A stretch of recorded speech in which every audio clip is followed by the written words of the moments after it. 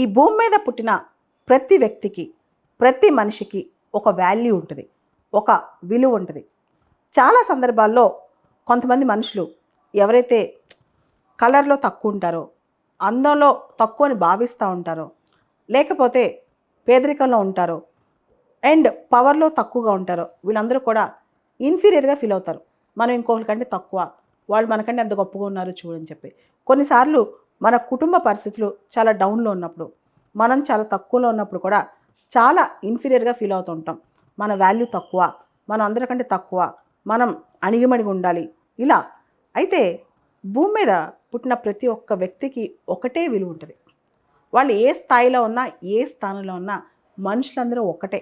తాత్కాలికంగా కొంతమంది చాలా పవర్ఫుల్గా ఉండొచ్చు, చాలా రిచెస్ట్ ఉండొచ్చు, లేదా చూడటానికి ప్రపంచం అనుకునే గ్లామరస్గా ఉండొచ్చు. కానీ ప్రతి జీవితానికి ఒక విలువ ఉంటుంది. అందరూ ఈక్వల్గా విలువ కలిగిన వాళ్ళే. దాన్ని మనం అర్థం చేసుకోకుండా మనం తక్కువ, మనం ఇన్ఫీరియర్ ఇలా భావిస్తూ ఉంటాం అన్నమాట. ఉదాహరణకి నా లైఫ్లో నేను చాలా చిన్నప్పటి నుంచి నాకున్న ఫిజికల్ కండిషన్ వల్ల నేను చాలా సందర్భాల్లో చిన్నప్పుడు చదువు సరిగ్గా లేకపోవటం, తర్వాత సమాజంతో కనెక్ట్ సరిగ్గా లేకపోవటం, నేను అందరితో దూరంగా ఉండటం, ఇలాంటి వాటి వల్ల నేను చాలా తక్కువ అని భావించేదాన్ని. చాలా తక్కువ, నా విలువ నేను చాలా తక్కువ, అందరు నాకంటే గ్రేట్, ఆ లైఫ్ నాకుంటే బాగుండు, ఇలా ఎన్వియస్నెస్తో ఉండేదాన్ని అనమాట. కానీ ఒక స్టేజ్కి వచ్చాక కొంత మానసికంగా పరిపక్వత వచ్చిన తర్వాత నాకు అర్థమైంది ఏంటంటే, ఏ జీవితం తక్కువ కాదు. మనకి ఎప్పుడైతే ఆ కాన్ఫిడెన్స్ వస్తుందో మన మనసులో, మనం ఫైట్ చేయడం స్టార్ట్ చేస్తాం లైఫ్తో. ఆ ఫైట్లో ఏం చేస్తామంటే మన ఈకో సిస్టమ్ మనం తయారు చేసుకుంటాం, ఇండిపెండెంట్గా బతకడానికి ట్రై చేస్తాం, మన ఐడెంటిటీ మనం తయారు చేసుకుంటాం. అండ్ మనం అంటే మన జీవితమే మనకు గొప్ప అనిపిస్తుంది అనమాట. అంటే ఇలా బతికితే చాలు, ఇలా బతికితే సరిపోద్ది అనే స్థాయికి మనం వచ్చేస్తాం అనమాట. ఇతర జీవితాలతో అప్పుడు కంపారిజన్ ఉండదు అండ్ ఎవరికంటే మనం తక్కువ అని అనిపించదు అనమాట. ఎప్పుడైతే మనకి ఆ సెల్ఫ్ కాన్ఫిడెన్స్ వచ్చిద్దో, మన జీవితం ఎవరికంటే తక్కువ కాదు, దేనికంటే తక్కువ కాదనే కాన్ఫిడెన్స్ వచ్చిద్దో, ఆటోమేటిక్గా మనం ఎక్కువ వర్క్ చేస్తాం. ఆటోమేటిక్గా మనలో మనం బయటికి వెళ్ళి ధైర్యంగా బతకగలుగుతాం.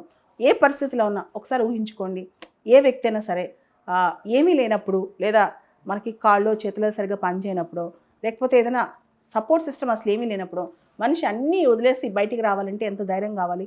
అంటే తన వాల్యూని తను ఎలా, అంటే సెల్ఫ్ ఎస్టీమ్ని కానీ సెల్ఫ్ కాన్సెప్ట్, మన కాన్సెప్ట్ని మనం ఎలా పెంచుకుంటాం అంటే మనం ఎవరికి తక్కువ కాదు, భూమి మీద ఎవరికంటే తక్కువ కాదు.